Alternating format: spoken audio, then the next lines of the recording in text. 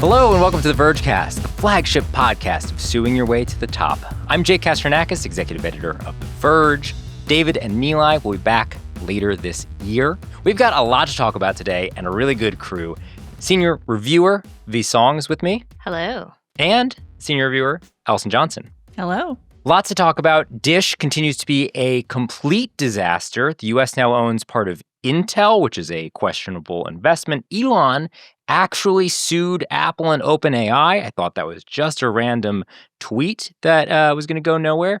Senior news editor Richard Lawler is going to join us later to talk about all that. But first, let's talk phones. A lot of phone news this week. And I think most importantly, the two of you have been testing the Google Pixel 10. Lots of new stuff there. It's got magnets in it, tons of AI. There's Magic Q, which runs on device, makes suggestions about what you're doing. ProRes Zoom, which uses AI to reach 100x. Both of you have been testing these. Allison, your review just published yesterday. How is it? How's the Pixel 10 Pro?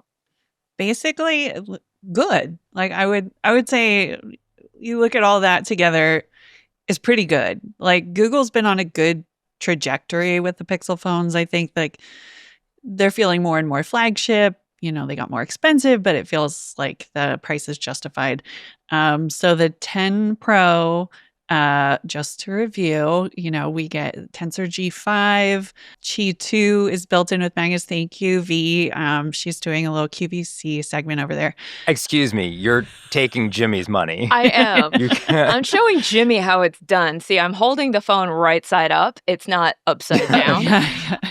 Yeah, this is for the YouTube viewers. Good call. Yeah. My TLDR is the AI is starting to actually make sense. Starting to be a little more helpful than just a random smattering of like, it's over in this app, it's in the screenshots. Gemini is going to bother you every time you open a Google Doc.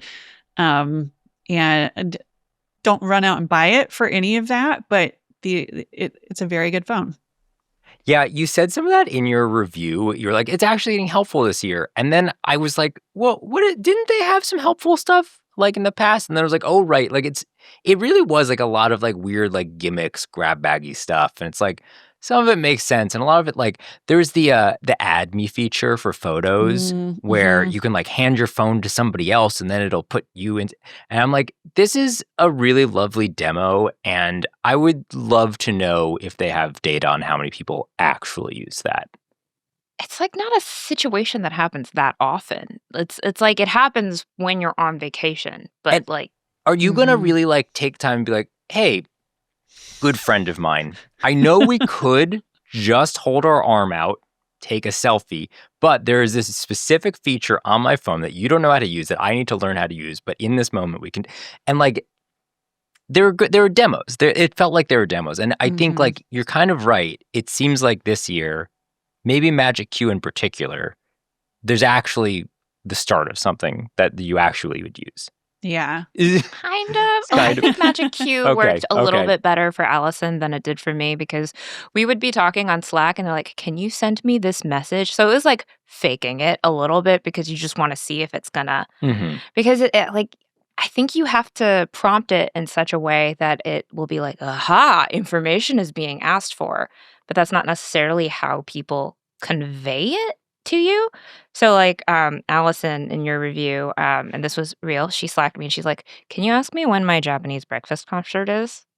And I did. And it worked for her. And then I was like, oh, can you ask me when I'm seeing Heather's? And she did. And it didn't work for me. Oh. So I was like, but it's in my calendar. The thing that I think feels limiting right now, and I'm curious if they'll ever be able to expand this, is I think, Allison, you said it only works in Google's own apps. Like it only has access to Google data. Yeah, in kind of small list of them, like calendar, Gmail, messages. Like messages is kind of the most frequent place I saw it. It can suggest things in Gboard. So you can see one I had just now was I opened Spotify and it came up with a suggestion from the Pixel Screenshots app of like some band names I might have been searching for. I was like, that's actually helpful because I'll screenshot something that's playing on KXP. I'm like, I should listen to that later. And I never do anything with it. So that kind of thing. There are there is a way for them to kind of like creep into other apps, but it's mainly in the main Google apps right now. Which, like, in fairness, they do contain a lot of your life. But it's still like pretty limiting if it's like, okay, it's calendar events. Yeah.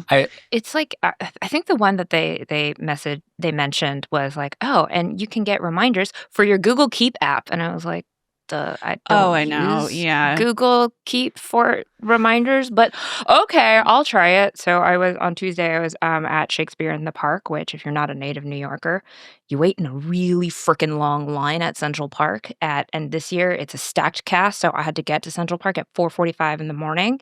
This is ludicrous. It's ludicrous. You messaged me at like some ungodly hour of the morning, and I'm like, sorry, why are you awake this early? Oh, yeah, and I was doing an edit because I was sitting in line at like 4:45 in the morning, and I was like, I'll just do a little work now because I'm going to be here for the next 7 hours trying to get a ticket to this free ticket to this show. But the whole point was I was there with a couple of friends, and one of my friends turns to me and she's like, remind me that I need a sweatshirt tonight because it's going to be the same temperature, and when we're in this outdoor theater, I need a sweatshirt. And I was like, how about I remind you by you telling me in a text message to remind you to bring the sweatshirt and because I need to test this magic Q thing. And she gave me this look like, are you fucking for real? And I said, yes, please. I just want to see if this works. And it did.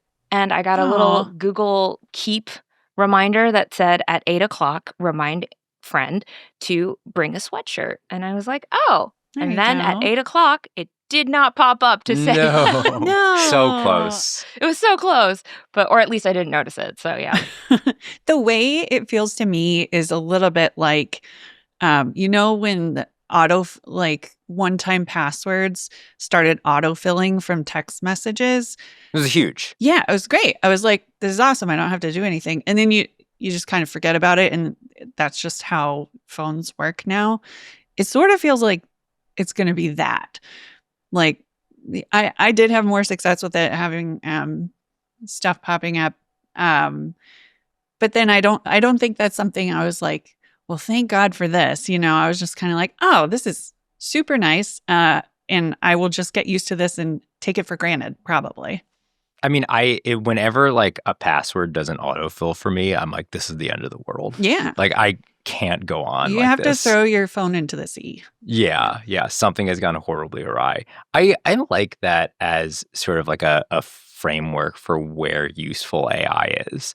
Like, that's not doing something ostentatious. It's not changing the world. It is just being like it's helpful in small, very like precise ways that like require a little bit more contextual awareness than I think like perhaps traditional programming could have gotten you. Yeah, we've had ways to put things on calendars before that didn't involve generative AI, We've been trying to do that in emails and everything like that. This just feels that extra little bit smarter, where it can connect dots a little bit better. I did remember one time Magic Q came up with a conversation with my friend, and I was like, oh.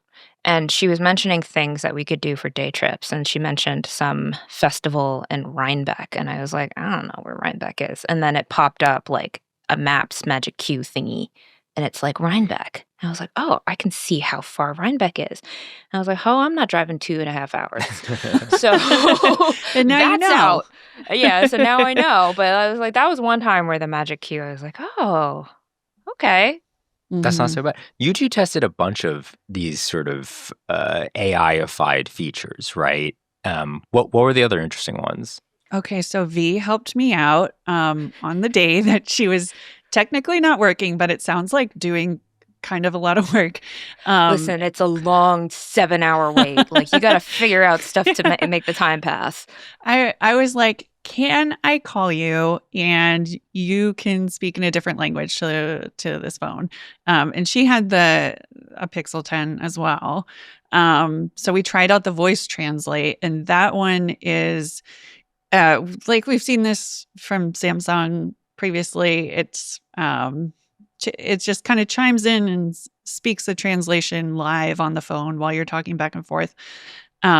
So you can make a dinner reservation or whatever. This one mimics the speaker's voice both ways, which is a little wild.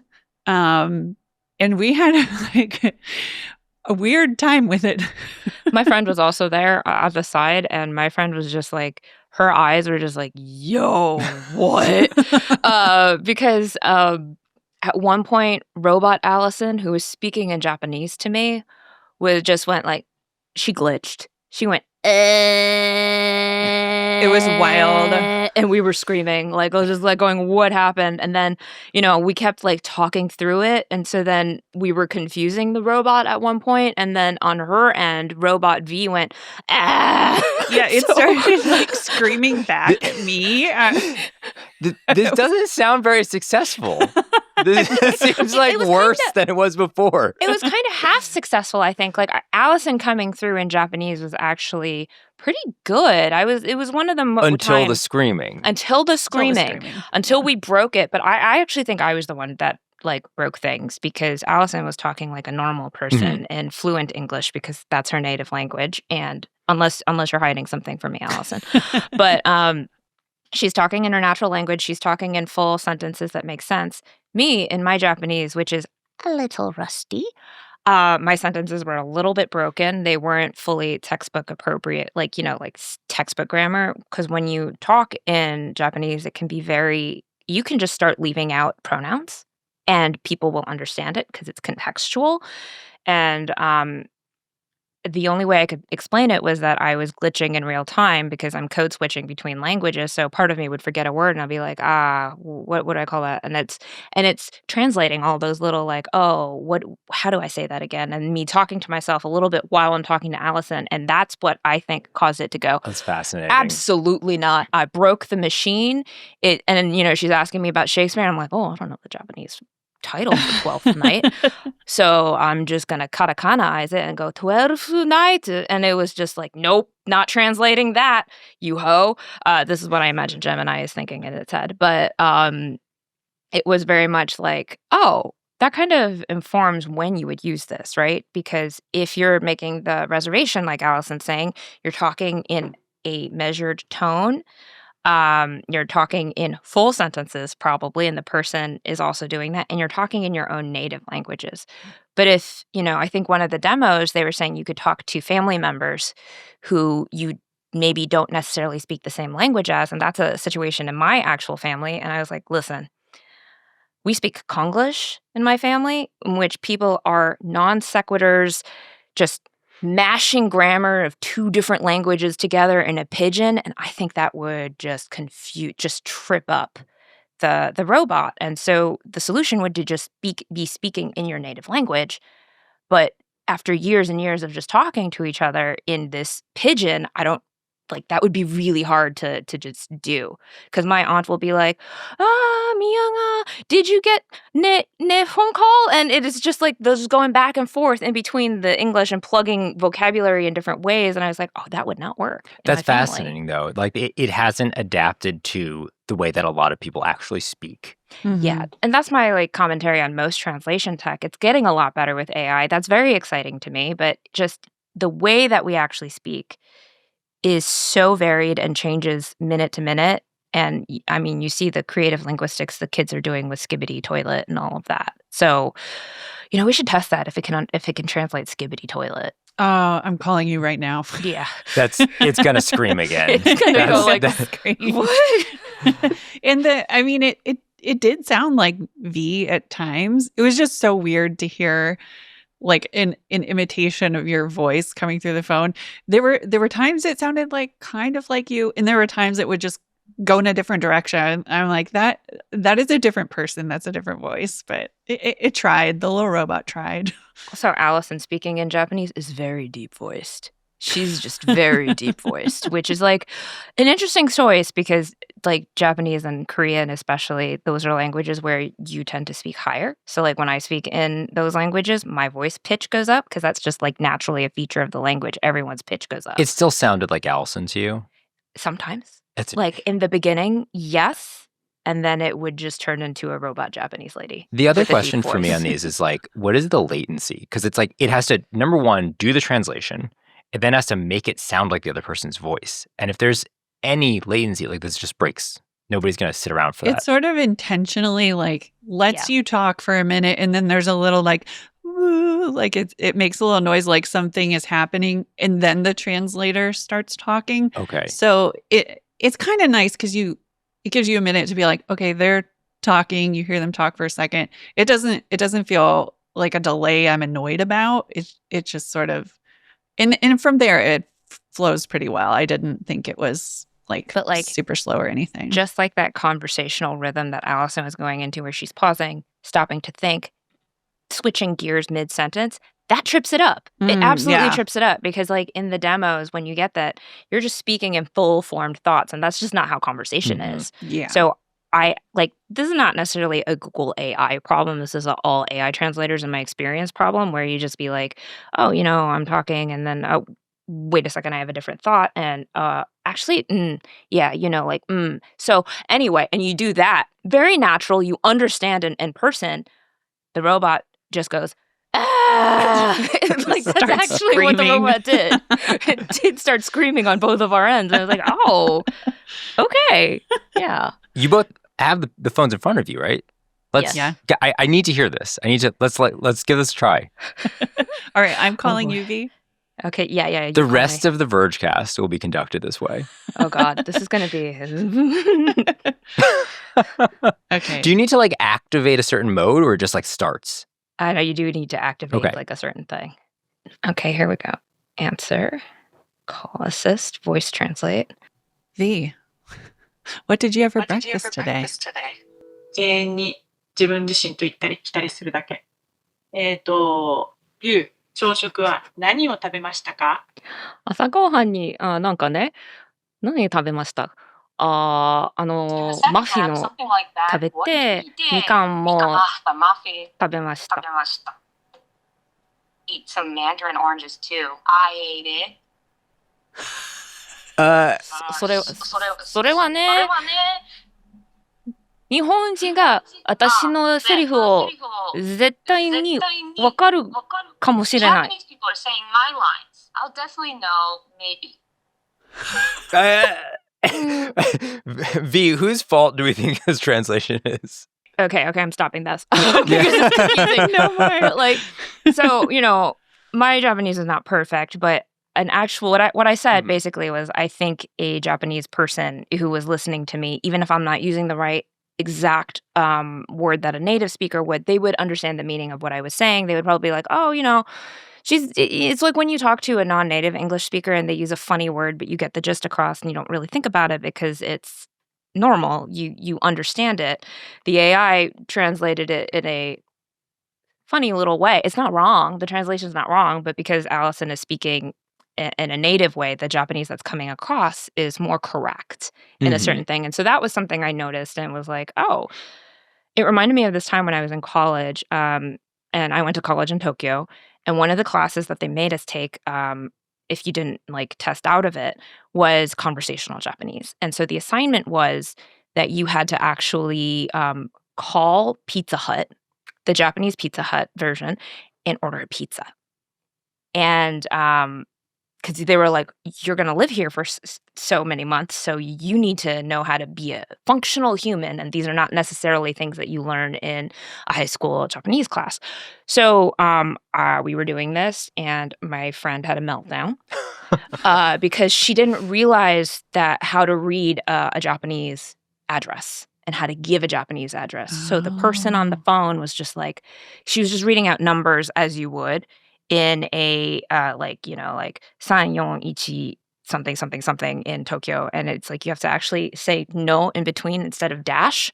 That's how you would say it. And so she lost her mind. They lost their mind. And I was thinking back to that, and I was like, this would super have like come in crutch at that time. She could have just talked to them, ordered a pizza, given the address, and that would have been written, that would have been like translated in a way that's super helpful. But not helpful in the sense that she wouldn't have learned how to actually say it properly in Japanese. Yeah. So in that sense, I was like, oh, it's actually also not great if you're trying to get better at the language, but might come in like handy in a pinch when you're just like, I don't have the brain cells to attempt this today, and I just want a pizza.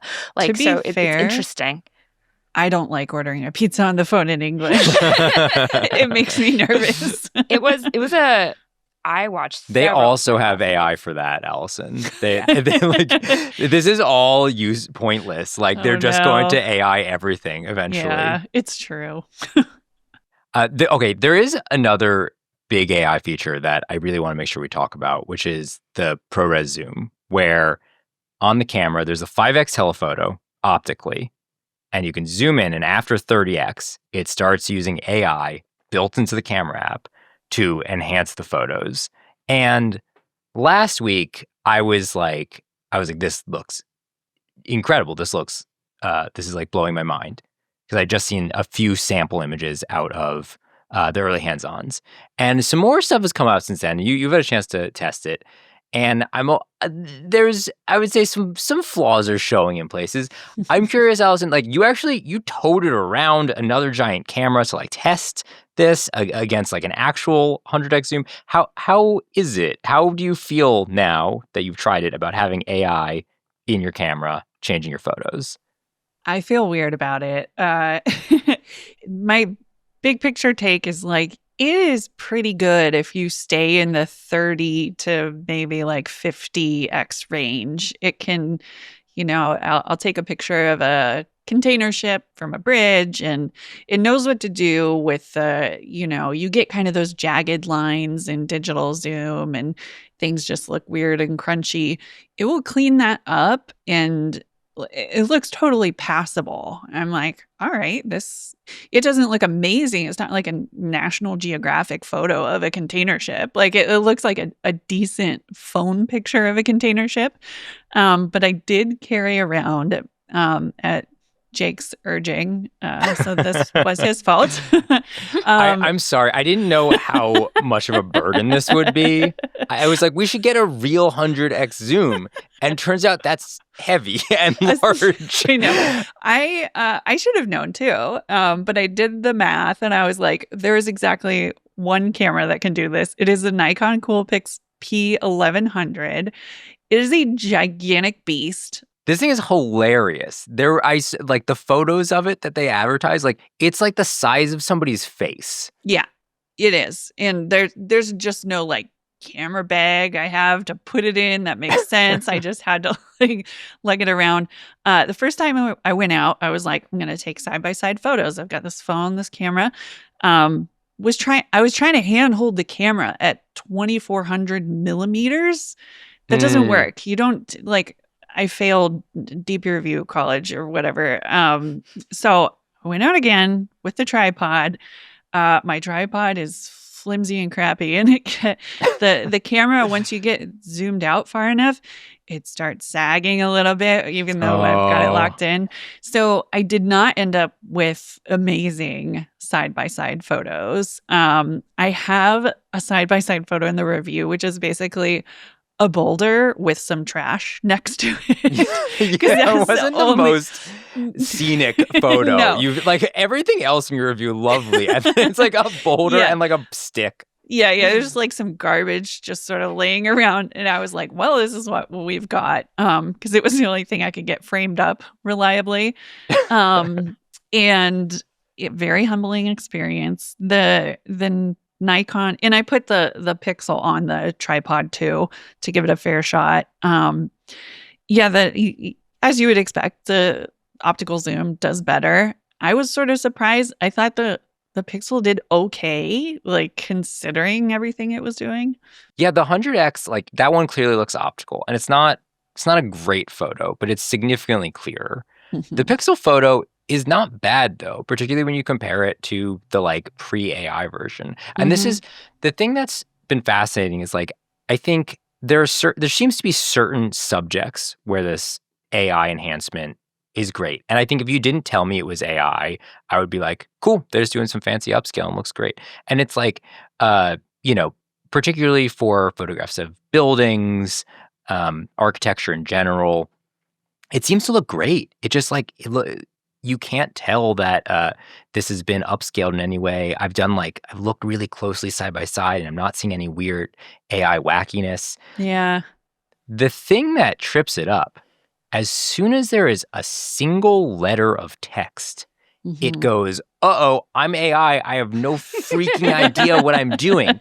And so there will be this image that the thing that's wonderful is like the Pixel gives you the before image and the after image so you can see what's happening. And so you'll have this image that by all accounts, everything else, it's just like perfectly cleaned up, crisper, sharper, looks clearer. And then there'll just be these letters that are just like, I don't know what language is. It's just like, it's just total garbage. And I'm like, what happened here? Like, it's just weird because it's like, when are you gonna do this, right? Like, when are you gonna zoom in 100 times? For what purpose are you zooming in 100 times on a thing? If it's, I mean, I know I did it on the Shakespeare line for shits and giggles because I was just bored. And so I went 100 times zoom on my friend's eye, and that was a nightmare. I hope that didn't enhance. That's not. I saw it. That is a nightmare. That is her eye before the AI got involved. Okay.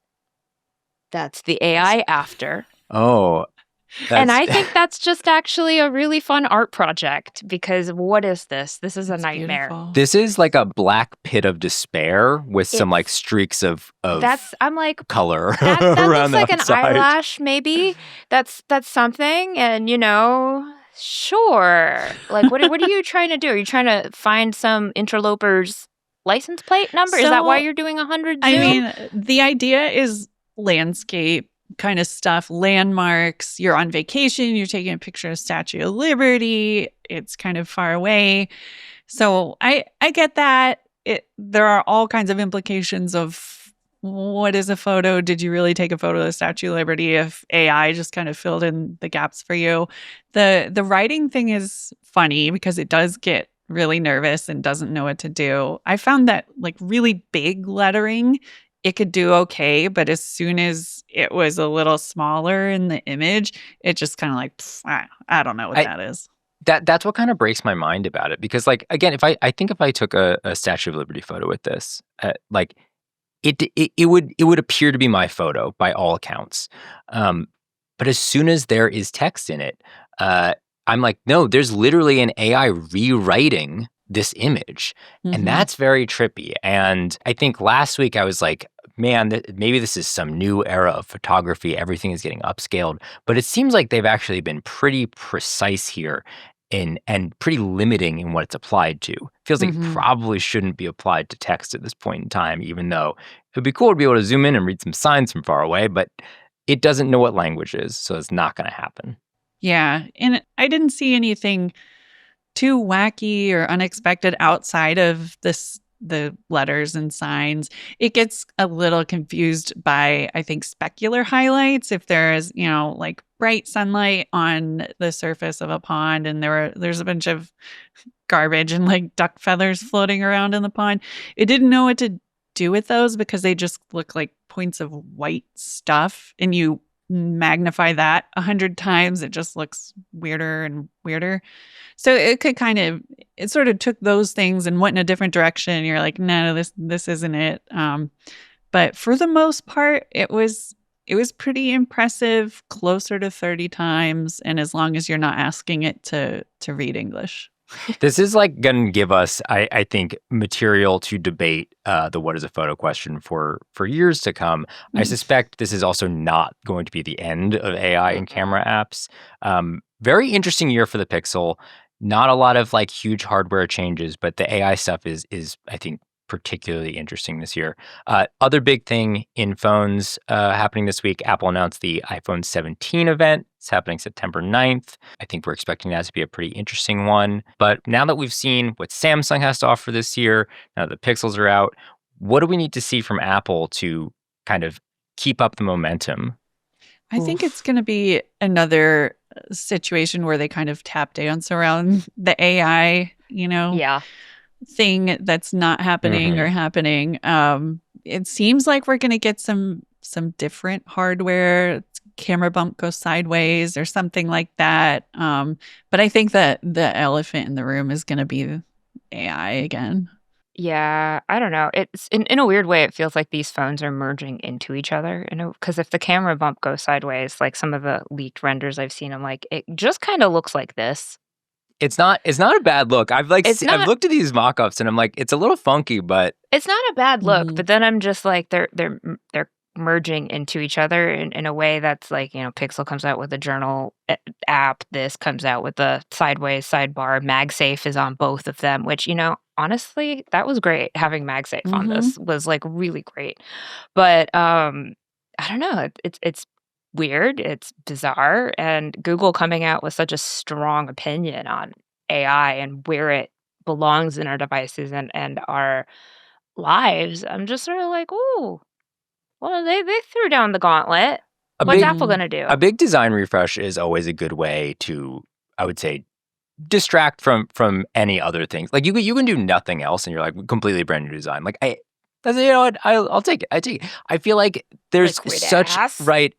Oh yeah, this is the thing. You've gotta find something to pair with the lovely liquid glass redesign. I think different years are for different things, but also like it's been a minute since the iPhone has changed in a pretty significant way. The current design is getting a little stale. So like I don't hate it. The AI thing is really interesting because it's true.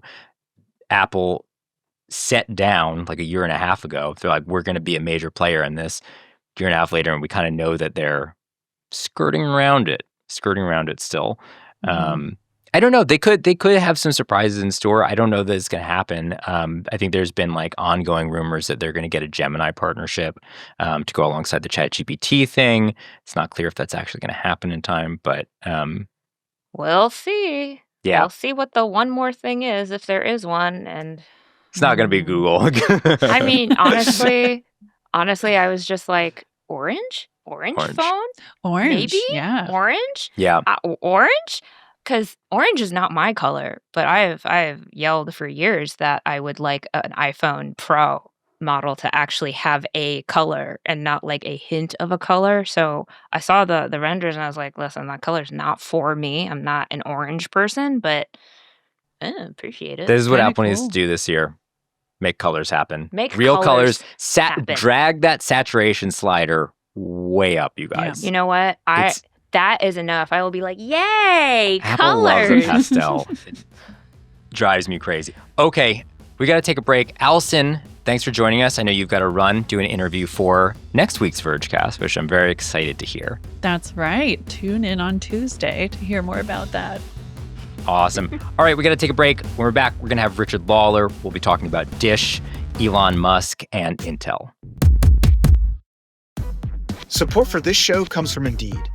You need to make a new hire and fast, but you know that the hiring process is slow and tedious, unless, of course, you use Indeed.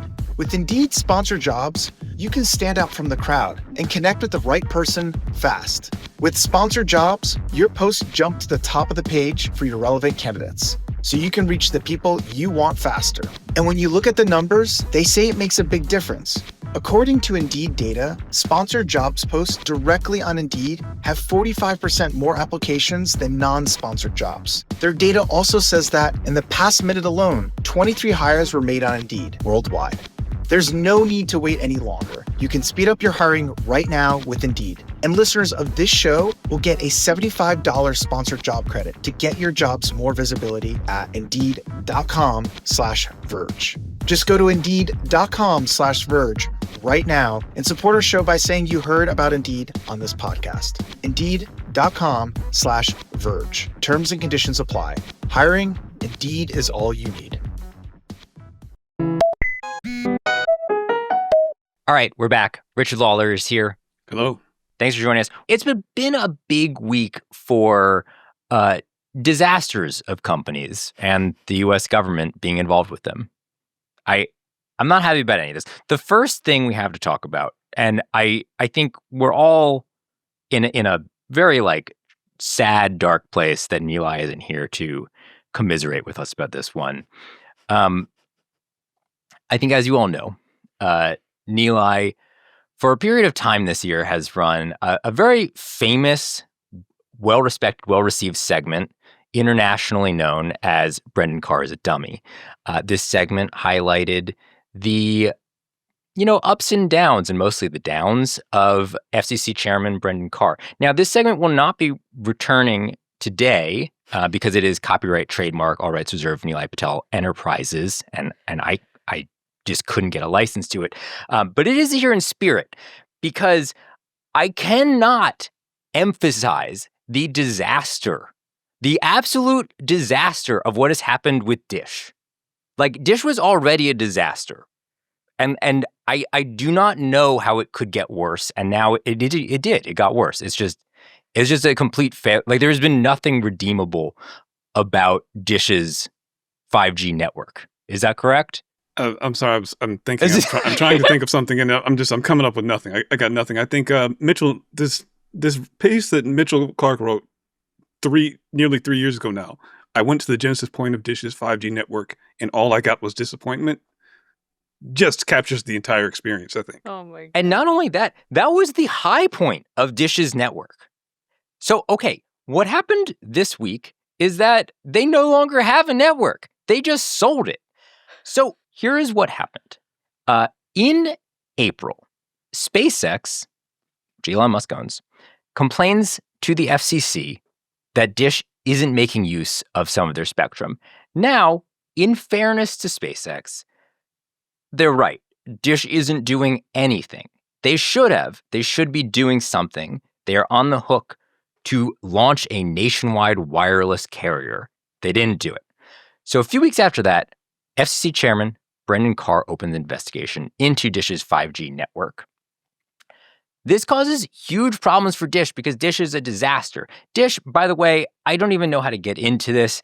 Dish sold itself back to EchoStar, which was originally what Dish was called, and then spun out Dish. It doesn't matter. The point is, they're not in a great financial place. So the Wall Street Journal reports in June that EchoStar is considering filing for bankruptcy because Brendan Carr's crusade against them is making it impossible for them to do anything. They said that Carr's threats have, quote, effectively frozen our ability to make decisions, which in fairness, it was frozen anyway. They weren't doing anything, but it would have been nice if they had done it. Let's go back to 2019. Donald Trump was president. This is important because Donald Trump was president again. And in 2019, T-Mobile wanted to buy Sprint. And at the time, the Department of Justice, again under Trump, was like, hey, it's a bad idea to reduce the number of major wireless carriers in this country. We had 4, that would make 3. And so they cut this deal.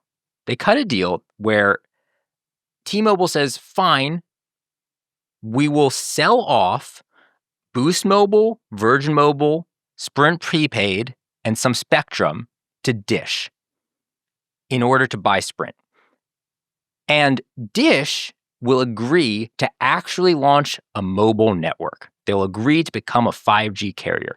And Dish even agrees to a timeline. They work with the FCC. And by June 2022, they had to cover 20% of the US population with this 5G network. By June 2023, they had to cover 70% of the population. They do it. They meet these requirements in some, alleged capacity. And then they never actually launch a service. Nilay has been on about Project Genesis, aka Project Genesis. I don't know what this thing is. This website hasn't been touched in years. They haven't made a social media post since 2022. It's now the second Trump term, okay? The first Trump term, they were like, Dish, you have to be a wireless carrier. It's important that there are 4 wireless carriers. Okay, that's a big gamble because who's going to trust Dish to do this? But they have a point. That would be good. It would be good if Dish launched a wireless network. Now it is 2025. Trump is president again. I know I keep reiterating that, but it's important because this is the same administration. And now Brendan Carr, the FCC chairman, is out here saying stuff like, there isn't a, quote, magic number of carriers that the U.S. needs. He doesn't care. He's like, 4 carriers, whatever. This all leads to this week when Dish just comes out and they're like, okay, we just sold all our spectrum to AT&T. Like, basically all of it. They sold all the good 5G spectrum to AT&T. And Dish is like, yeah, we're like kind of a carrier, but not really. It's 3 carriers again. We're just back to 3 carriers. Not only are we back to 3 carriers, but AT&T got this huge chunk of really good spectrum that's going to make them an even better carrier, which is going to make it even harder for other people to compete with them. Dish, everybody. Brendan Carr, everyone. The Trump administration. This is how that has gone. Did I miss anything? My brain hurts. I think you covered everything. In the middle of that, I went back and pulled up our visual history of the whole timeline from that got to DirecTV and Dish coming together. There's even more mess when you consider the media side. Another Neil favorite. But yeah, that is about it, I think. Has Dish done literally anything other than like split apart and reassemble its assets over and over again for like 20 years? No. Like that's what that timeline shows, right? Like that's what it is. I don't understand what Dish is now. I don't understand what it ever was. They did some innovative DVR stuff for a while there. Yeah. Honestly, I'm realizing that I've heard of Dish, but I don't think I've ever known truly what Dish is. If you're still rocking a Dish DVR, Vergecast at theverge.com. We want to hear from you. How's that going for you? If you ever used Project Jenna 5 Sys, please. I do not know what's happening. Brendan Carr's argument here is he's like, oh, the MVNOs are really big now. And so we don't need more major carriers that have their own networks because there's competition. This does not seem like a good argument to me. Right? The MVNOs, they operate on the carriers. The carriers can do whatever they want with them. Competition that is the same, that is someone in the same outfit wearing a different shirt is not really competition. That is like precisely it. This is such a disaster and no one cares. And I think for the FCC in particular, it's just a complete abdication of their role. And I think particularly like this is Carr's doing. He was just like, hey, we gave him a deadline. They didn't really exactly follow through on it. So just quit, right? Instead of being like, hey, you're on the hook for being a major wireless carrier, a thing that we regulate. Why don't you go do that? He was like, hey, get out of here. He just wanted to wash himself of the dishes, wash the dishes. Listen, I've been trying to think of that one for a solid 2 minutes. Listen, nobody wants to spend time with Dish. That's the lesson we've all learned. They're EchoStar now. They are EchoStar now. A fact that confuses me every time I see it. And you know what? A fact that won't matter because it will never show up on our cell phones. But I mean, as you mentioned, that really is the problem because if you live in an area that isn't well covered by the cell towers, if the prices are too high for the kind of service that you want, if you have fewer real options, there's no one who has a reason to try and get your business. And MVNO, we've seen the MVNOs. We have any number of them. Maybe some of you have signed up for Trump Mobile or tried to. Let us know if you get those phones. But I don't look at any of those. I've tried some of them. I don't look at any of them as competitors for the major carriers. They just aren't. They aren't on the same level. The thing that gets me is like, say one of them became like a major player. What leverage do they have, right? Like what's going to stop the major carriers from being like, hey, pay us more money. Okay, now they have to raise their prices. Like now this all goes away. They're only working because it wasn't necessarily a huge thing. The carriers are giving them discounts. The carriers can make their service worse anytime they want. The carriers can charge them more anytime they want. And when you're on one of these more budget services, oftentimes you're dealing with things like the kind of prioritization or these caps or, kind of fine details. And I think there should be more options in plans, but there needs to be more competition. And you just don't have that if you don't have carriers with their own towers. I think you can look back, like the decade leading up to T-Mobile buying Sprint, I think because of T-Mobile in particular, there was actually a lot of competition in the mobile carrier space. They were making noise. They had to get scrappy. They had to fight pretty hard to be on par with AT&T and Verizon. I mean, that's why I got on T-Mobile because, like they had that guy, I forget his name, but John Ledger? Yes, yeah, him. Yeah. He was in the pink shirt and he was like acting up, but at the same time, he was acting up all the time. But at the same time, I was like, oh, that's more affordable. I'm poor. I can do T-Mobile and the service is actually pretty good. But I went down to my spouse's ancestral homeland of Tyaskin, Maryland recently. And everyone there has Verizon because it's the only network that works. And we're going to put works in scare quotes because on his Pop-Pop's farm, there's only one tree where you can get 1 bar of service. Oh, So to make a gosh. phone call before Wi-Fi, you always had to go to the one tree on the nut farm to make a phone call. So to your point, maybe Dish could have helped him out there if they had lived up to the promises, because that tree is not close to the farmhouse. It's quite far to have to get the 1 bar of Verizon. But maybe now the government has more reason to give SpaceX a lot of money for Starlink. This is the weirdest part. They didn't, the thing that instigated all of this, SpaceX complaining, EchoStar/Dish/ whatever it's called now, still owns the spectrum that SpaceX wants. They're not using it. They're not doing anything with it, as far as I know, or as far as SpaceX claims. So in the end, everybody loses. Yay. That's just the story of America in 2025. Okay, it's now time to talk about a slightly more successful company at times, and that is Intel, which... If you average it out over the years... If you know, I think slightly is a little harsh. You know, people know what Intel is and what Intel does. Those stickers went a really long way. They really, bum, bum, bum, bum. Like, that's true. What is the current name of Intel's processor series? Core what? Pentium. 10 Lake Moon something. I don't do laptops no more. Yeah. No, if you average it out, is right. Intel has been a bit of a rough streak, which has led up to, this happened on last Friday, so it was after we recorded the last Vergecast. Intel gave a 10% stake of the company to the U.S. government in exchange for $8.9 billion.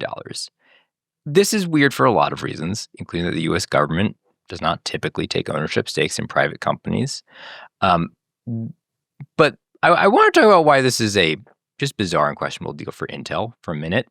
The first being that they were already getting this money. This money was already awarded to them, primarily from the CHIPS Act. What happened is that Trump was like, what if we just don't give it to them? Now, I don't know if that's legal. Might not be. The CHIPS Act, I will, remind everyone, passed the Senate and the House on a bipartisan basis. Everybody was like, hey, it would be a good idea to prop up the U.S. semiconductor industry. That's an important industry. We realized that during COVID. It has a lot of national security implications. Let's make sure that's doing well. Intel, they're not doing great. Let's give them some cash. Trump didn't like it because it was associated with Biden. And so he's like, I'm not going to give him the cash. And so this is the timeline of what happens. Early August, Trump demands that Intel's new CEO, Lip-Bu Tan, resign. He's just like, I don't like this guy. He has some ties to China. Get him out of here. Tan goes and visits the White House, as CEOs do these days, and suddenly they're good pals. And I assume that has to do something with the fact that, a week or so later, he gives 10% of the company to the United States in exchange for this money that the United States was already paying them. What a deal. What a deal. Art of the deal. This is, this is bizarre on all counts. Number one, Tan is in some ways gave away 10% of Intel to protect his job, which I think is a questionable decision. Number two, what is really happening here is that Intel is this foundry business. Foundry business is not doing great, right? It's not making the best chips. Companies don't want to make a deal with Intel's foundry business because they don't even know if the Intel's foundry business is going to be there long enough to keep making the chips. And so the U.S. government is now getting involved. And I think the reason that Intel wants to do this is that they're like, hey, Trump, maybe he'll just pressure Apple to make some chips with us. Everyone's leaving Intel. And they're looking to Trump to put some pressure on them to get customers for Intel. There's some real galaxy brain math happening here. Like, I feel like my brain is leaving my skull, yeeting itself to Jupiter and doing some mental gymnastics to try and see the logic behind this. And it's finding none. It's finding none. The logic as far as I can tell, is like crony capitalism, right? It is the logic here is the U.S. government will get involved on Intel's behalf, and Trump is going to put pressure on people, and the folks he likes are going to win, the folks he doesn't like are going to lose.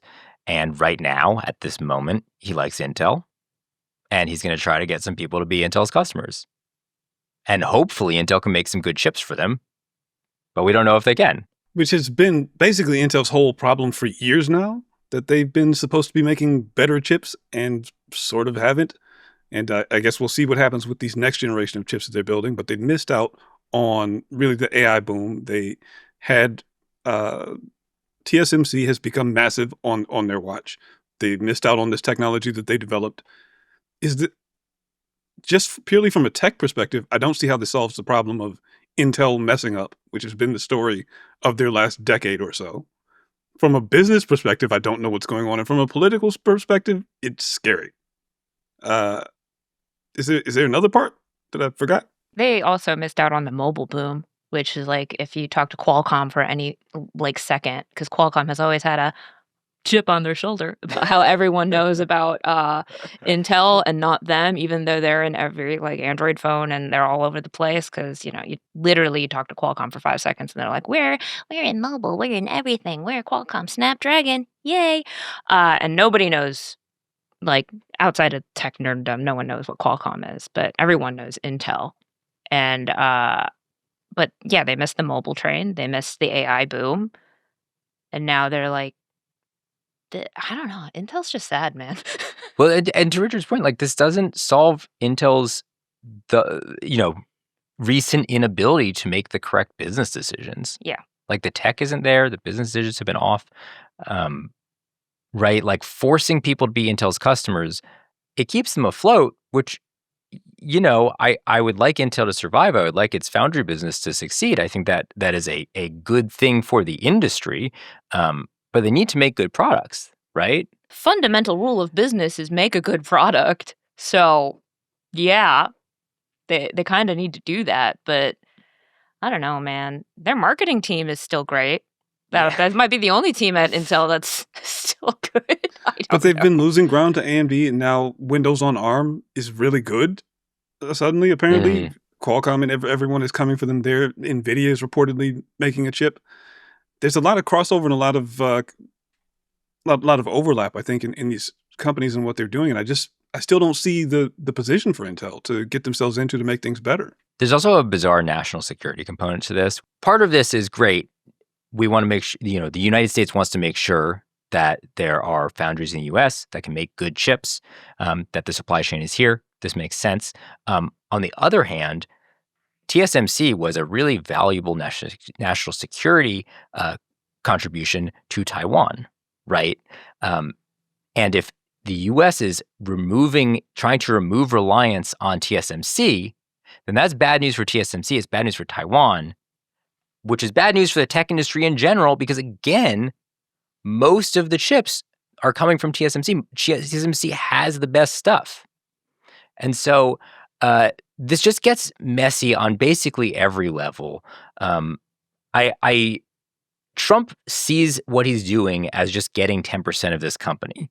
But if you continue to follow out the next steps of this, what has to happen in order for this to make any sense, it is not good for anybody in the industry except perhaps Intel.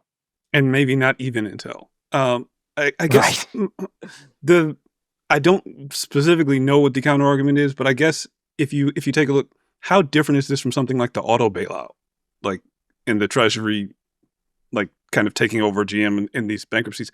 I feel like that was an emergency from outside. This is an emergency that Trump created, and so it's not the same. No, I think that makes sense. And then correct me if I'm wrong.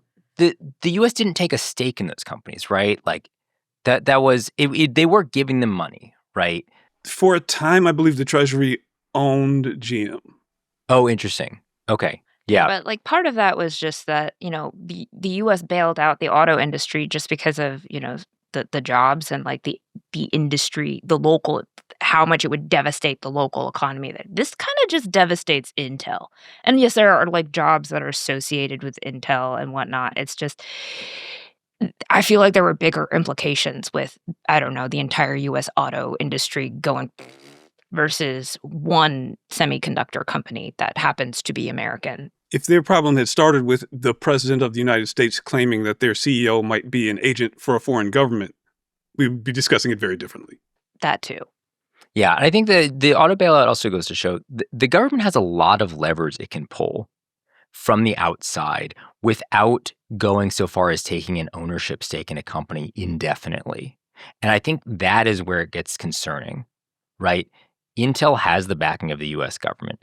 That just necessarily gives Intel a very fascinating position and advantage over everyone else in the industry.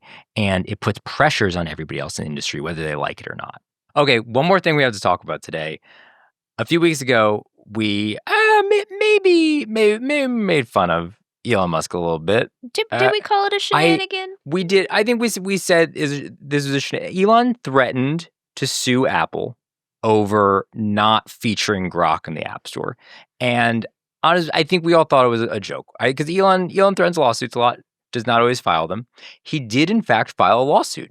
I don't know whether to say yay. You know, like, oh, you finally followed through on a thing. Yay for you. Or to be like, oh my God, you followed through on this thing. Not yay for me. It's not a great lawsuit, but he did do it. So XAI is suing OpenAI and Apple, and they're alleging anti-competitive conduct over a bunch of different issues. They have beef with OpenAI getting an exclusive deal to put ChatGPT into Siri. They claim that Apple is, quote, manipulating App Store rankings, and they say that Apple is delaying App Store reviews for Grok. Now, I think we can just say off the bat, famously, all the App Store reviews take forever. So that's not unique. But the premise here is basically this deal is unfair because it's not open to everybody, and we're getting screwed in the App Store. And they undercut that argument right away because in this lawsuit, they highlight the fact that X is ranked number 1 as the free app for news, and Grok is ranked number 2 as the free apps for productivity. So in this lawsuit, they're like, hey, we have these great apps. They're at the top of the App Store, but they're also getting screwed by the App Store algorithm. And it's like, what is this case? What case are you making here? They're just mad that it's not in the must-have apps section. Don't argue against yourself. You're doing great. You just said you're doing great. Your argument is we're doing great, and so we should also get featured in this other area. Having tested Annie, Grok's not a must-have app, I must say. And Elon has been obsessed with App Store rankings. As someone who has notifications on for his tweets, he is always tweeting about X or XAI or Grok or whatever being number 1 in the App Store in some country that you forgot existed. He gets this feed of data and must share the news with everyone all the time. Richard, that is extremely unhealthy. I have to tell you. It's the healthiest. I know that I have not gone into active psychosis because I still can't understand what Elon is saying, and I get a reminder of this every 10 minutes or so. It's great. It really is. It's really that often. It's horrible. You are right though. Like just the other day, he like retweeted somebody who's like, which again cuts against their argument. He's like, we're featured in the must-haves, one of those editorial sections. They said they were featured in the United Arab Emirates in one of those editorial sections, and it's like, okay, so they are getting featured. I do not know that they have much of a case here. This is just like not a good thing to argue when at the same time you're saying that actually we're doing quite well. The other part of this case, I think is actually very interesting. And they're saying, hey, we actually can't compete with ChatGPT because they're getting so much data and so many queries via Siri. Which is this really interesting thing where they're kind of acknowledging, oh, we have to farm how everyone uses this thing or we can't improve it. Which is one of those things I think we all know, but it's like another thing to see it written down. I mean, if you want Grok baked into Siri, maybe don't make sex bots. Like, I don't know how else to say that part, but yeah, I don't want to talk to Siri and have bad Rudy, the little angry panda, say that I'm lame because if you insult that panda, all he says is like, I'm not lame, you're lame. And that's just, I don't know what he expects when he acts out the way that he does. And Apple has not been like hiding how they are this entire time and what they want out of the apps in their app store. They haven't hidden that. Well, and it's like, right, you have the chatbot that, number one, recently went on a tear and called itself Mega Hitler for no clear reason, that you have now baked several like pre-made bots into it. They've updated Annie, the physical digital person incarnation of Grok, with some new outfits so she can so much. like strip down into like a bathing suit or something now, which is just very embarrassing. But again, it's like Apple is like pretty, for better or worse, they're fairly like prudish with the App Store, right? They keep that thing. They always say that they're family friendly. Annie is not family friendly. Like it's just not. Right. I think there's like, again, there's another world where I think if this was a random small company, like they're getting kicked out of the App Store. Like I think Apple has plenty of reasons to not feature this app. And Elon is still asking for more. And I get it. Like I understand why you'd be pissed about not getting a special deal. But actually, one thing that's really interesting, Tom Warren on our team, he writes the Notepad newsletter, reports on Microsoft. He reported, I think it was this month, that Microsoft has been testing, the latest version of Grok, and they don't want to deploy it to Azure because they're worried about the safety of it, right? Like, this is not just an Apple thing. This is Elon's product. It is not ready for this. It is not a thing other companies want to be associated with. I don't think any of us are surprised when Elon has a tantrum, but this is the equivalent of him having a tantrum. Usually, like, I'm not the best in every single thing, so I'm going to sue you for not letting me be the best in every single thing. And it's not my fault. I have not done anything in this product that makes it not the best. You clearly, it's just like very juvenile behavior and external blaming of I think if he were to listen, he would hear some very fair feedback and criticism for all of his products. And despite that, it's still, like you said, it's still ranked very highly in various sections, just not the section he wants to be the highest in. And that's just... Richard, have you spent any quality time with chatting with Grok? I have not. That's where you draw the line. You will get a constant feed of Elon. But you won't talk. We've got Grok at home, okay? Like, he's already getting the Elon feed. He don't need the Grok feed on top of that. That's real. But I think the thing about this lawsuit that struck me is that we're about as receptive of an audience as there is, I think, to criticisms of the App Store and the way Apple maintains it. We've been talking about this for years. Anti-competitive, monopolistic practices, the decisions that they make, the way that they do that. Other companies have made these arguments before. But as V put it, there are reasons why Grok might not be featured. They're really good reasons, and I think that they can make those arguments. But it's pretty consistent with Elon's overall approach that if he's not very visibly winning and celebrated for winning, then it's someone else's fault that he's losing, and he's going to make it everyone's problem. That's really true. And I do think there is some degree to which, like, okay, Apple didn't pander to him. And so, okay, he's just going to try to fight them a little bit. Naturally, the lawsuit is filed in Texas, where he can potentially find a friendlier judge. So we'll see what happens. Maybe he can, cause some problems for a little bit. I'm not convinced this is a good case. Oh, one last very quick thing. Elon is also suing OpenAI over the fact that they're, trying to become a public company, or at least they were.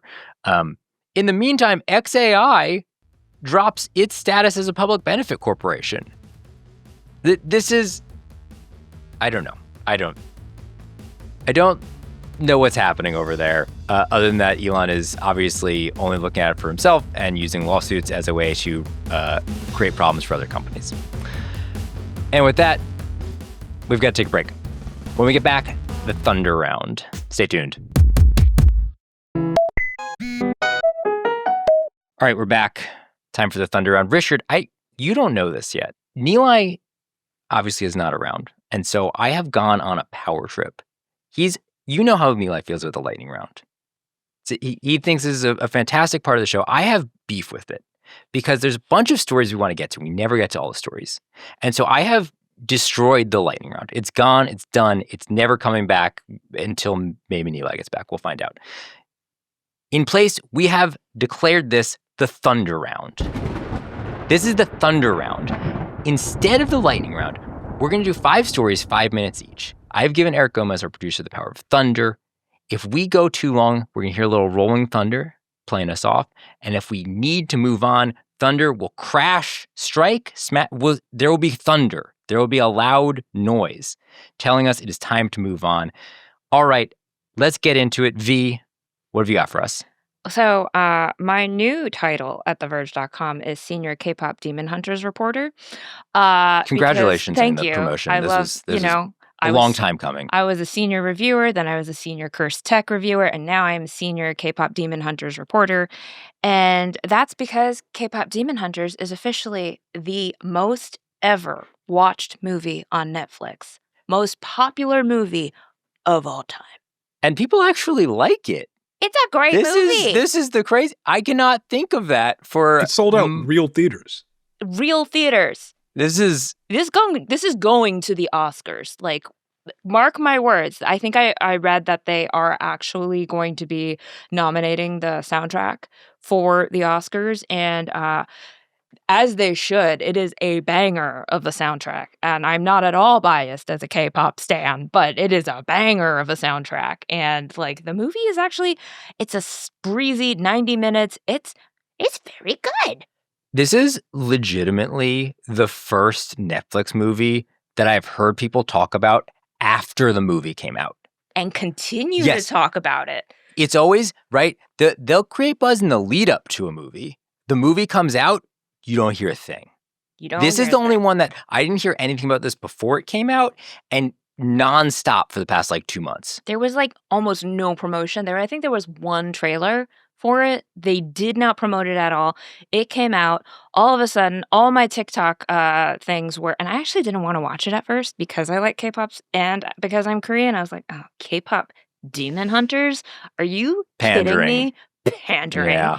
And then just the feed was way too much, and then all of the people were like, oh my god, it's based on this band, and I was like, all right, let me go watch this movie. And then I watched it 3 times.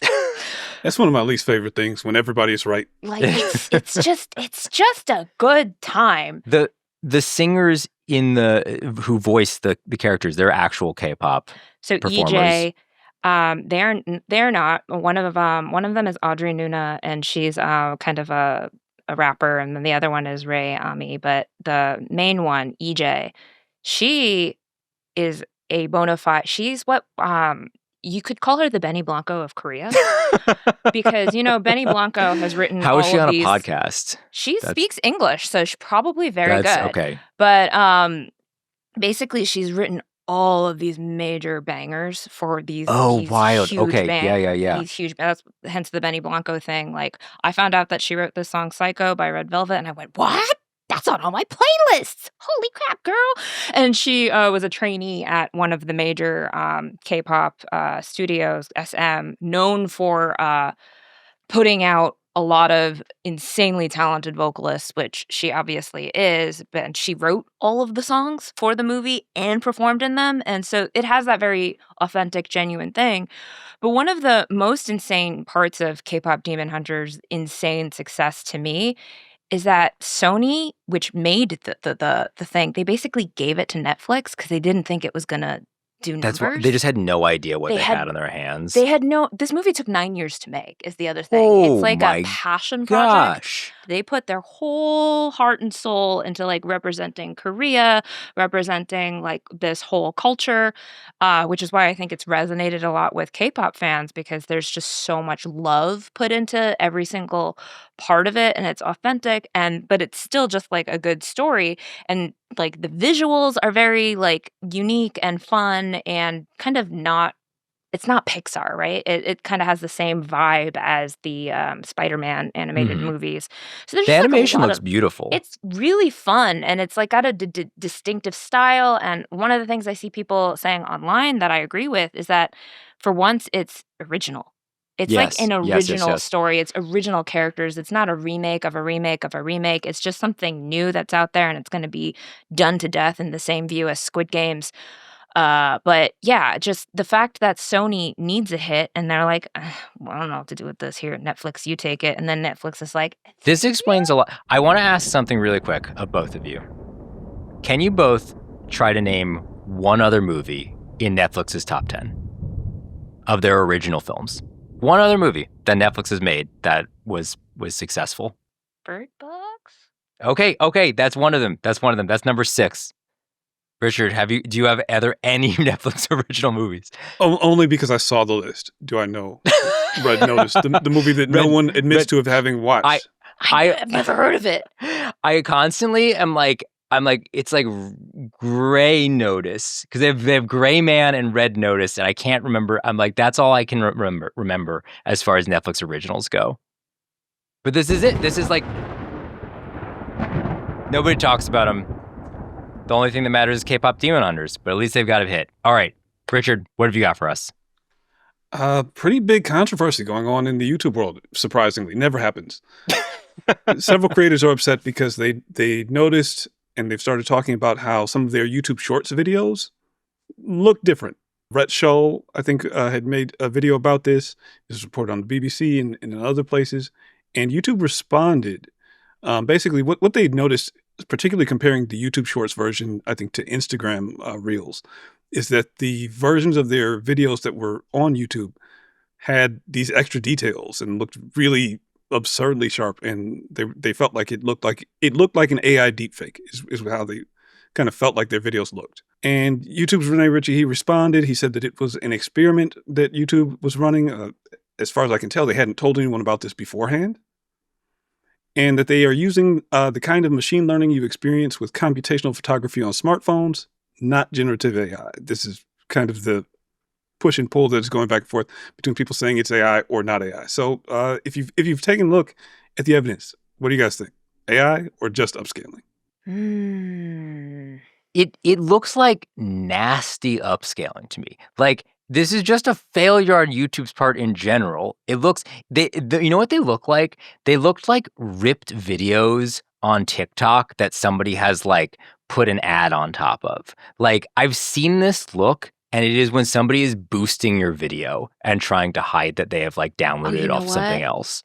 I had to go onto a Zoom call earlier today on the AI phone, and I don't know if it was Zoom or something else, but I looked at what I looked like in the camera. I'm like, oh no, that's too much like me. Like, it just, it was just sharpened to the point where I was like, it's uncanny. It doesn't look right. And so I turned my camera off.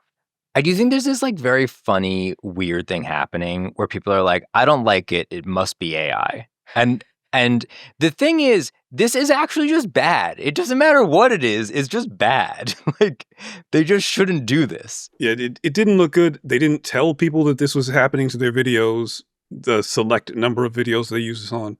But yeah, I've been sitting in demos at trade shows with companies showing off their HD upscaling that would make your 480p into 1080p for years. And this is what it looks like.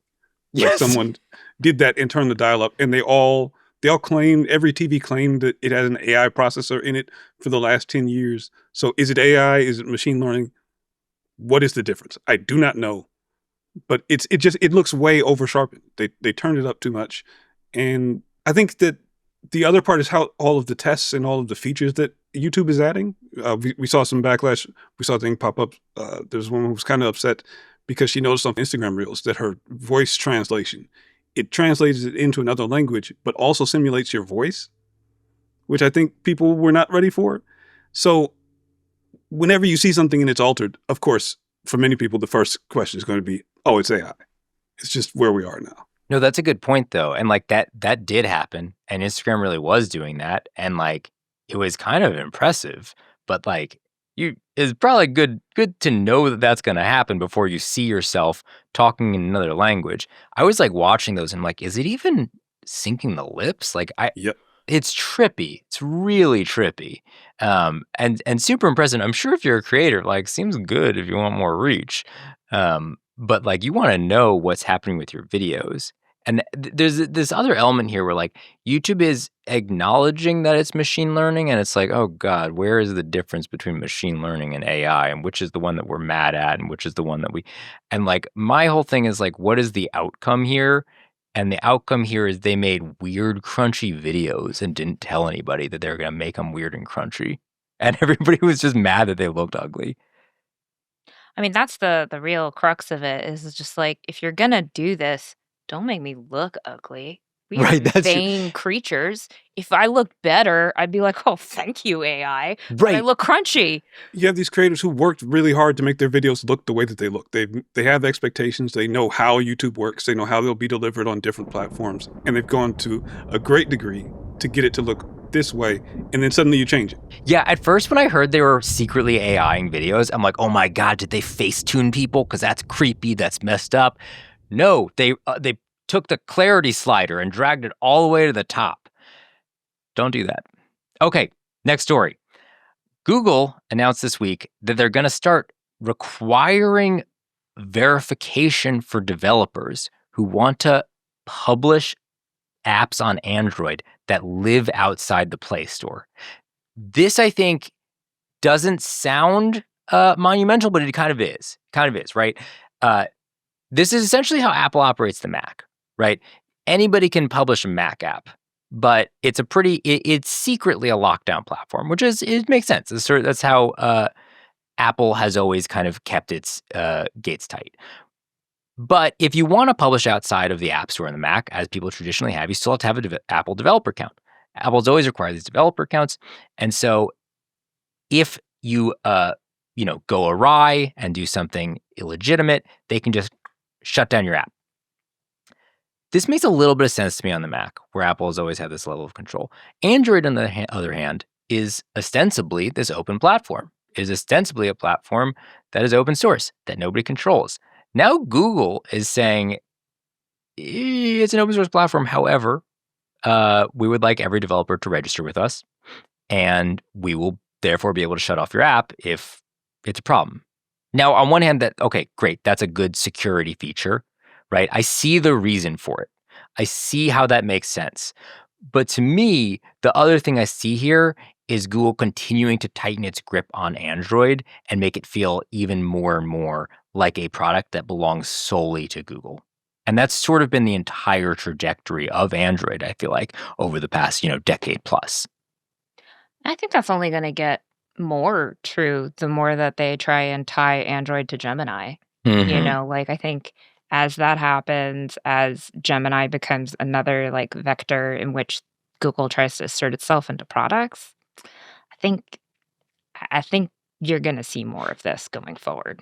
Yeah, and I don't think this is the reason why everyone who uses Android, but there was in the past a reason to use Android because you could have more control of your device. You could install apps from anywhere. You could, do what you wanted. And that is just, it's becoming a bit less true. And we saw kind of an example of what this could become just, I think in the last day. Apple pulled a torrent app for the iPhone that was published in the alt store in Europe. But they can do that. And it's like, it's not clear why.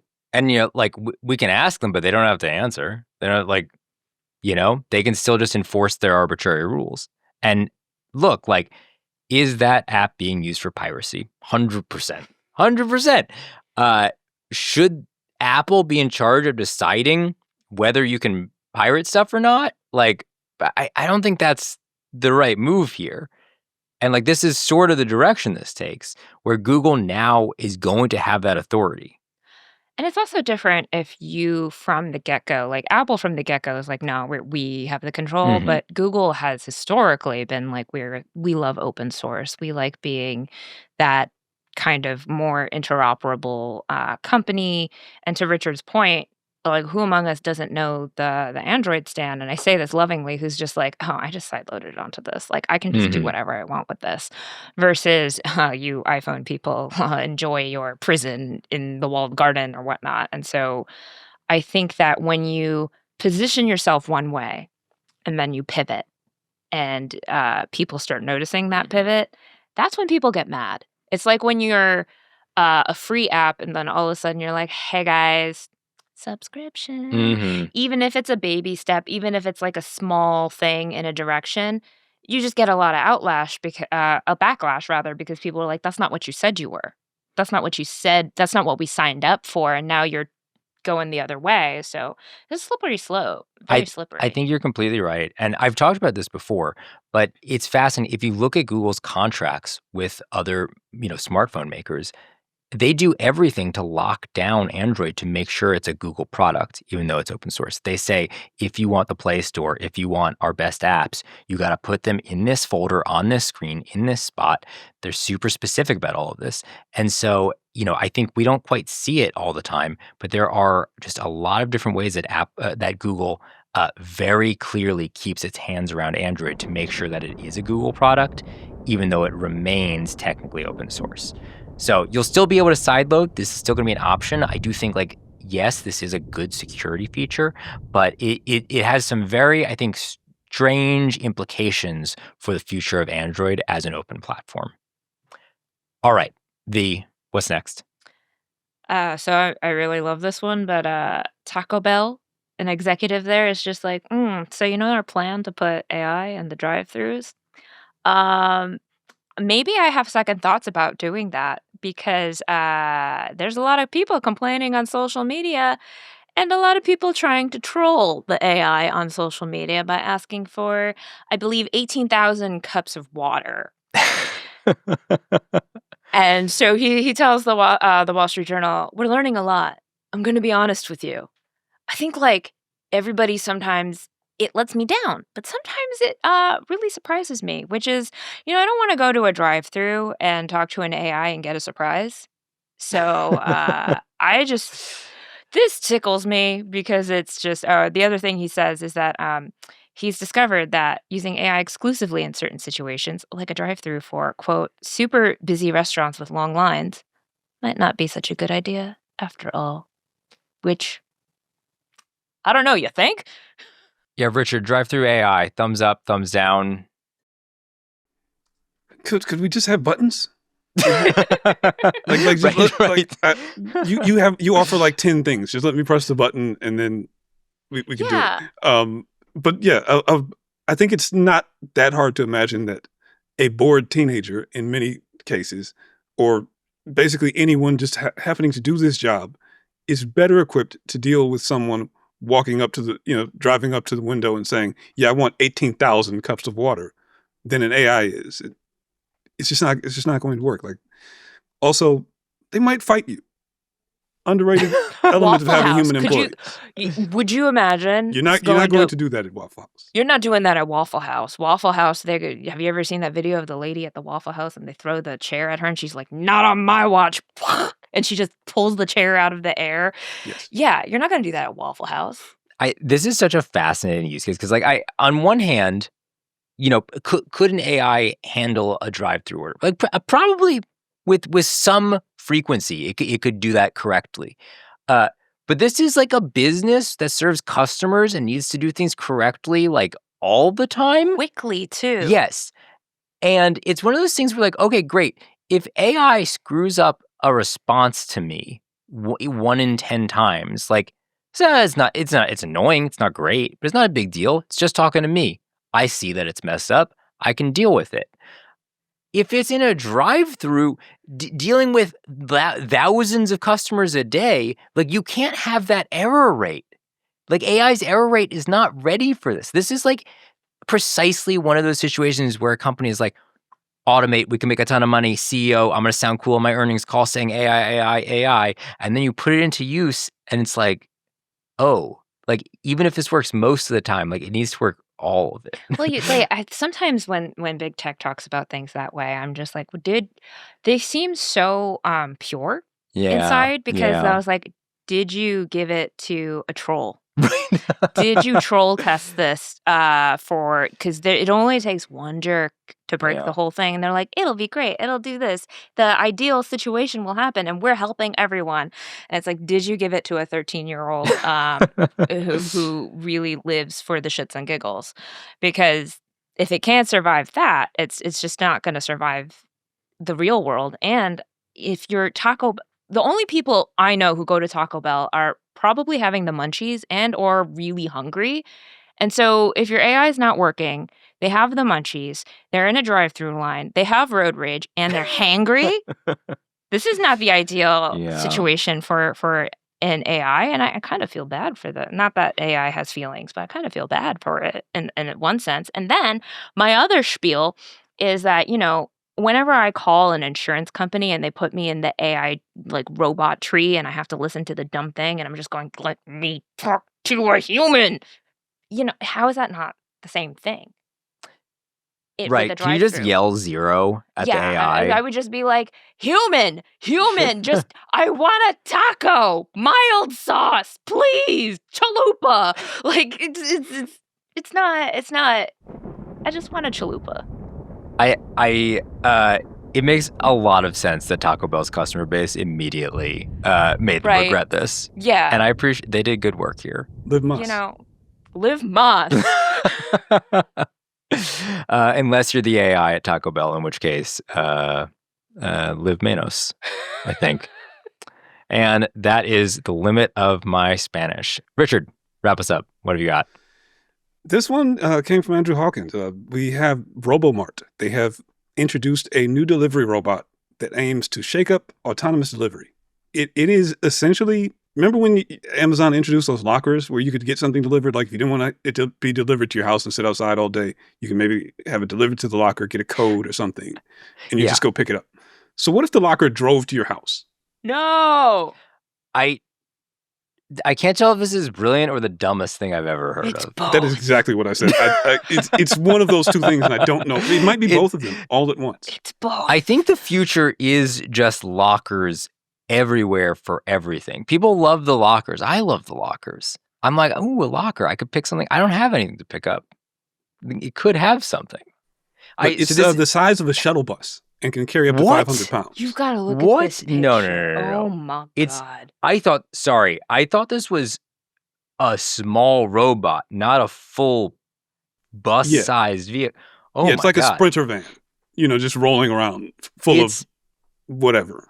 Does this make any sense? No. I don't. But the problem is this requires, what happens if the person, the thing with the locker sits there. It waits for you. If I'm not at home and the locker shows up, is this... Well, the locker could come to your office. But is it going to it's not useful for my groceries. Parallel park and try to wait for me? What happens to the person who's 10 lockers in? What I loved was one of the quotes on their website from Mars Unattended Retail. This partnership helps solve the industry's biggest issue: ice cream melting before reaching the home when purchased in-store or through other delivery methods. What? Just get a cooler. Wait. Because it's refrigerated. It's refrigerated. I mean... Just get This is a really expensive locker. This is the least efficient way to ship ice cream. How is this an issue? I don't understand this. I've tried grocery delivery before. I would say it has mostly been a bad experience. I've not had that bad of an experience with grocery delivery, even with ice cream. Have you tried Amazon, Whole Foods grocery delivery? Okay, I don't use. They were not great. I tried this because I got mad at my local grocery stores. You know what? They should carry better produce. All right, you cut open too many peppers that are bad inside, you get pissed. The problem I kept running into with Amazon is I'd be like, all right, I'm going to order some food. And then they would just be out of stock of everything. There's some weird online thing, but it's not, I was never upset. I'm not going to order ice cream. It's fine. I don't need to order ice cream for delivery. You've never dreamed of sitting at home, wanting an ice cream sandwich and having a bus roll up to deliver you one ice cream sandwich. This is, that's not your dream. That's an abuse of Richard, power. you have invented a business known as an ice cream truck. This exists. This is famously a very successful industry. In New York, those things are like rolling around at all hours of the night. I can walk outside at any time and get an ice cream sandwich. I don't need a giant truck with a personalized locker to give me 8 of them at once. They're solving an already solved problem. We have delivery. We have refrigerated trucks. Oh, I don't know what this is for. I'm sighing. They saw that when you put it that way. Yeah, I understand why a business person. I understand why like an Amazon would look at this and go, "This is genius. This is on the level of AI. It will revolutionize our business." And then as soon as you think about like, how am I actually going to put this to use? Just have literally no idea. I'm also afraid of this on the road. I already have seen a TikTok of someone just like filming one of those the small ones that deliver drinks around, and they're just like, "Don't hit him! Oh my god, it's like Frogger. He's gonna go across the street, and we're gonna do this." I'm afraid of this. It's got a bit of a tank vibe. It's like, yeah, this thing is hefty. It's hefty. Yeah. Depends how much ice cream it's carrying. Can you just imagine it getting into a collision and then just the ice cream exploding out of the lockers and then it melts that way? You know what? That's the dream. Yes, I can. That is going immediately to the top of theverge.com. Yeah. All right. That's it for the Vergecast. Stay tuned. Allison will be hosting on Tuesday. If you like what we do here, the best way to support us is to get a subscription to The Verge at theverge.com. We publish a lot of great stuff every single day. We'd love to hear your questions and feedback. Let us know what you want us to talk about in the show. Email us, vergecast@theverge.com, or give us a call, 866-VERGE11. The Vergecast is a production of The Verge and Vox Media Podcast Network. Our show is produced by Eric Gomez, Brandon Kiefer, Travis Larchuk, and Andrew Marino. See you next week.